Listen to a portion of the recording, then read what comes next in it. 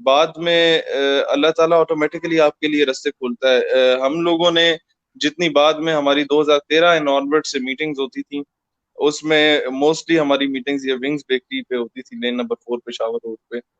تو عموماً ہمارے پاس 30 روپے نہیں ہوتے تھے کسی کو چائے پلانے کے لیے، جو مہمان ہم بلا لیتے تھے. لیکن آج الحمدللہ وہ وقت ہمارے سامنے ہے کہ پاکستان کے کسی بھی شہر میں، کسی بھی یونیورسٹی میں، کسی بھی کالج میں کوئی میدان سجانا ہو تو وہ پہلے سے سجا ہوا ہوتا ہے. ہمیں صرف اپنی گاڑی کا ڈیزل لگا کے وہاں جانا ہوتا ہے. باقی کوئی کسی خرچے کا ہمیں سمجھ نہیں آتی کہ کرسیاں کہاں سے آ رہی ہیں، اسٹیج کہاں سے سج رہا ہے، پبلک کہاں سے آ رہی ہے، اور ٹرانسپورٹیشن کہاں سے آ رہی ہے. بالکل شیر بھائی، آپ نے بالکل ٹھیک کہا. مجھے وہ دن بھی یاد ہیں جب آپ اردو یونیورسٹیز اور اسلام آباد کے اندر سیمینارز کرواتے تھے بلوچستان کے حوالے سے. اور میں اپنی ویورز کو بتا چلوں کہ یہ وہ صاحب ہیں جو ہمارے ساتھ آج موجود ہیں کہ انہوں نے بلوچستان کے اندر پاکستان کے لیے وہ مہم چلائی جس کی اس وقت بہت اشد ضرورت تھی. اور بگٹی صاحب جو ہیں انہوں نے ان کی دستار بندی بھی کی بلوچستان میں. میں چاہوں گا اس پہ بھی شہریار اپنا شاعری صاحب تھوڑا سا اس پہ بھی روشنی ڈالیں. اس میں اصل میں میرا دل تھا کہ پاکستان اسٹڈیز کو بڑا تھورلی پڑھوں، تو پنجاب، سندھ، بلوچستان اور KPK کے بارے میں گوگل پہ سرچ آؤٹ کرتا تھا. جب میں نے بلوچستان لکھا تو مجھے ایک الگ ملک کا نقشہ اور ایک الگ جو جھنڈا ہے وہ نظر آیا. تو میں بڑا آئی واز لٹرلی شاک. تو دین میں نے سوچا کہ یار اس پہ کام کرنا چاہیے، کیونکہ مجھے اتنا بلوچستان میں وہ ایلیمنٹ نظر نہیں آتا تھا جتنا انڈیا نے پروپیگنڈا کیا ہوا تھا. سوشل میڈیا پہ تو ہم نے اسے کاؤنٹر کیا، پھر میں نے لسٹ نکالی پنڈی اسلام آباد کی تمام یونیورسٹی کالجز میں جو بلوچ اسٹوڈنٹس ہیں ان کو آن بورڈ لینے کی کوشش کی. اس وقت ہم لوگ خود پہلے یا دوسرے سیمسٹر میں ہوا کرتے تھے، لیکن بس اللہ نے کرم نوازی کی کہ بہت ہمیں یہ سعادت نصیب ہوئی. ہوا کیا کہ ہم لوگ وہاں سے یہ وفاقی اردو یونیورسٹی میں آپ نے جو ذکر کیا وہاں پر سرفراز بگٹی تھے اور عطاءاللہ کلبر بگٹی تھے. یہ دونوں اب ایک دوسرے کے سیاسی مخالفین تھے، لیکن الحمدللہ دونوں ایک پلیٹ فارم پہ تھے for the sake of Pakistan. دن میں ڈیرا بگٹی گیا تو ڈیرا بگٹی میں 4,000-4,500 ووٹ لے کے بندہ MP الیکٹ ہو جاتا ہے. ہم نے وہاں کوئی 7,000 لوگوں کا جلسہ، جو مغرب کے بعد دکانیں بازار بند ہوتے ہیں، ہم نے رات کو 11 بجے پاکستان کا قومی پرچم وہاں لے رہا ہے برامداغ بگٹی کے علاقے میں جا کے. اور یہ میں اپنے ناظرین کو بتاتا چلوں کہ یہ وہ وقت تھا کہ جس ٹائم وہاں پہ بلوچستان میں 8 بجے کے بعد بندہ نکلنا، بندہ تو بہت دور کی بات ہے، کوئی جانور بھی باہر نہیں رہتا اس ڈر سے کہ یار وہاں کے جو حالات تھے وہ بہت ہی سنگین حد تک پہنچے ہوئے تھے. اور شہیر صاحب وہ واحد آدمی تھے جنہوں نے اتنی بڑی ریلی کا انتظام کیا اور وہاں پہ اتنا بڑا جلسہ کیا، اور وہ بھی رات کے دیر مطلب رات تک وہاں وہ یہ جلسہ چلا تھا. پھر کوئٹہ میں I was the first one from Punjab جس نے پشتونوں اور بلوچوں کی انعقاد کردہ پاکستان زندہ باد ریلی کی قیادت کی، جس میں پاکستانی پرچم تھے. 14 اگست 2015 کی بات ہے، اور وہ کنٹونمنٹ میں نہیں تھی، وہ شہر میں وہ ریلی تھی. اس سے پہلے تھریٹس بھی کافی ملی تھی، لیکن الحمدللہ جو چیزیں تھریٹ کے بعد کرنے کا جو مزہ ہوتا ہے وہ مزہ ویسے یہاں پنجاب میں یا اسلام آباد یا لاہور میں نعرے لگانے کا نہیں ہوتا. اور ماشاءاللہ شہیر صاحب تو اس معاملے میں نے دیکھا کہ جہاں بھی آپ کو تھریٹس ملے ہیں تو آپ نے کہا ہے کہ پہلے تو یہ کام نہیں ہو سکتا، تو اب میں یہ آپ کو کر کے دکھاؤں گا، اور ماشاءاللہ آپ نے اس کو فرنٹ لائن پہ جا کے کیا ہے.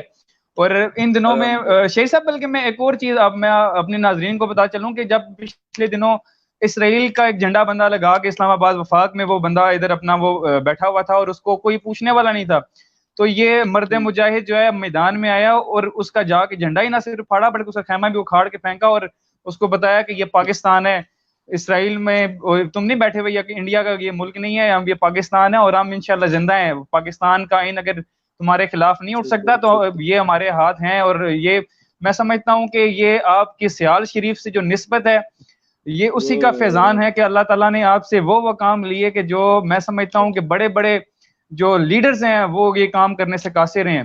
تو شہریار اپنا شہیر صاحب میں آپ سے بار بار آپ کا نام جو ہے میں چینج کر رہا ہوں معذرت کے ساتھ. شہیر صاحب میں وہ بات آج میڈیا تک یہ BPS کے اس پلیٹ فارم سے لوگوں تک پہنچانا چاہتا ہوں کہ جس دن آپ نے امریکہ کی آنکھوں میں آنکھیں ڈال کے ایک بات کی تھی نیشنل لائبریری میں کہ ایجوکیشن جو ہے وہ امن کا پیغام دیتی ہے، لیکن وہ والا ایگزیکٹلی اور یہ میرے آنکھوں دیکھا حال ہے. میں چاہوں گا کہ آپ وہ اپنی زبانی اگر بتائیں نا تو وہ مزہ دوبارہ ہو جائے گا. اصل میں یہ بڑا اس وقت یہ